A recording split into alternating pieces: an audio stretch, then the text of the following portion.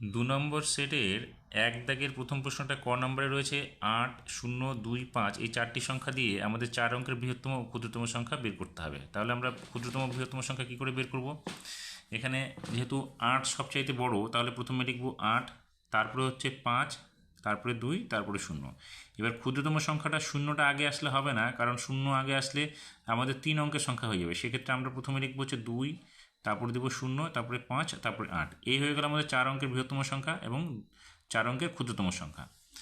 এরপরে খ নম্বর অঙ্কটাতে আছে ভাজ্য সমানচিহ্ন, এখানে ফাঁকা ঘর গুণ ফাঁকা ঘর ভাগশেষ। তাহলে এখানে আমরা ভাজ্য সমানচিহ্ন হচ্ছে ভাজক গুণ ভাগফল যোগ ভাগশেষ।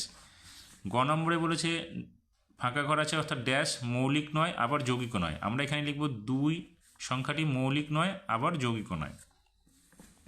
এবার ঘ নম্বরে কী বলেছে, কত থেকে 3402 বিয়োগ করলে 5 অঙ্কের ক্ষুদ্রতম সংখ্যাটি পাওয়া যাবে। অর্থাৎ 3402 এর সঙ্গে আমরা 5 অঙ্কের ক্ষুদ্রতম সংখ্যাটিকে যোগ করে দিব, যোগ করলে আমরা মূল সংখ্যাটি পেয়ে যাব।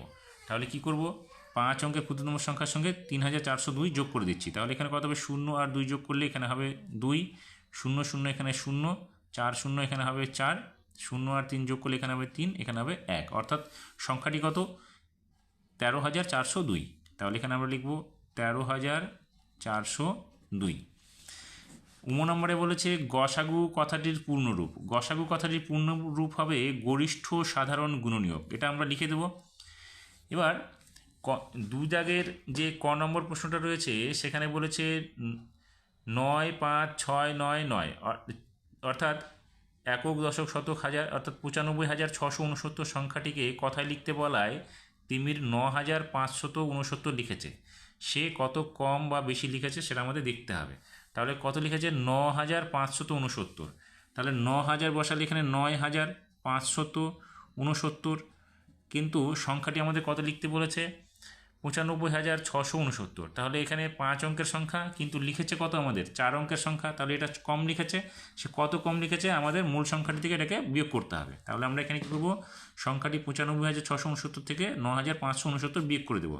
তাহলে এখানে 9 থেকে 9 গেলে এখানে 0 হবে, 6 থেকে 6 গেলে এখানে 0 হবে, 6 থেকে 5 গেলে এখানে হবে 1, 9 থেকে 5কে বিয়োগ করা যাবে না, 5কে ধরতে হবে 15, 15 থেকে 9 গেলে এখানে হবে 6, হাতের একটা 9 থেকে বাদ দিলে এখানে হবে 8। অর্থাৎ সে 86,100 কম লিখেছে। তাহলে এখানে হবে 86,100 কম লিখেছে।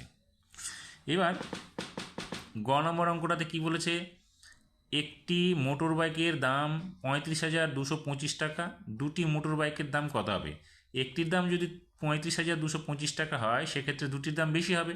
তাহলে আমরা কী করব, 35,225কে 2 দিয়ে গুণ করে দেব। তাহলে এখানে কি করব, এখানে হবে 5 দুগুণে 10, 10-এর 0 হাতে থাকলো 1, 2 দুগুণে 4 আর একে 5, 2 দুগুণে 4, 5 দুগুণে 10, 10-এর 0 হাতে থাকলো 1, 3 দুগুণে 6 আর একে 7, অর্থাৎ 70,450। তাহলে দুটি মোটর বাইকের দাম কত হবে, 70,450 টাকা। এবার খ নম্বর অঙ্কটাতে দেখো, যোগ বা বিয়োগ করে ফাঁকা ঘরে সংখ্যা বসাই। তাহলে এখানে বিয়োগ করতে বলছে। দেখো 3 থেকে কত বিয়োগ করলে এখানে 7 হবে। তাহলে 3কে যদি আমরা 13 ধরি, তাহলে 13 থেকে এখানে আমাদের 6 লাগবে। 13 থেকে যদি 6 বিয়োগ করি তাহলে 7 হবে। তাহলে এখানে আমরা লিখব 6। হাতের 1 ছিল, হাতের 1 এখানে 1 এসে 2 হলো, 2 থেকে 2 গেলে এখানে 0 হলো। এবার কি বলেছে, 1 থেকে কত বিয়োগ করলে 0 হবে। তাহলে দেখো 1 থেকে 1 যদি আমরা এখানে বিয়োগ করি তাহলে আমরা 0 পেয়ে যাব। এবার 9 থেকে 2কে বিয়োগ করলে কত হবে, 7। তাহলে এখানে হবে 7। হয়ে গেল অঙ্কটা। এবার ঘ নম্বর অঙ্কটাতে কি বলেছে, একটি মেলায় প্রথম দিনে 28,232 জন লোক এসেছিল, পরের দিন 17,437 জন লোক এসেছিল। প্রথম দিনে কত লোক বেশি এসেছিল? তাহলে প্রথম দিনের সংখ্যা থেকে আমাদের দ্বিতীয় দিনের সংখ্যাটাকে বিয়োগ করতে হবে। তাহলে আমরা কি করব, প্রথম দিনের যে লোক সংখ্যা আছে সেটা উপরে লিখে নিচে দ্বিতীয় দিনের সংখ্যাটা লিখে বিয়োগ করে দেবো। তাহলে এখানে আমরা কি করলাম, প্রথম দিনের সংখ্যাটা উপরে লিখলাম এবং নিচে দ্বিতীয় দিনের সংখ্যাটা লিখলাম। এখন 2 থেকে 7কে বিয়োগ করা যাবে না, 2কে আমরা কত ধরবো, 12। 12 থেকে 7 গেলে এখানে হবে 5, হাতের একটা এখানে যোগ করে দেবো, 3 আর 1 4 হলো।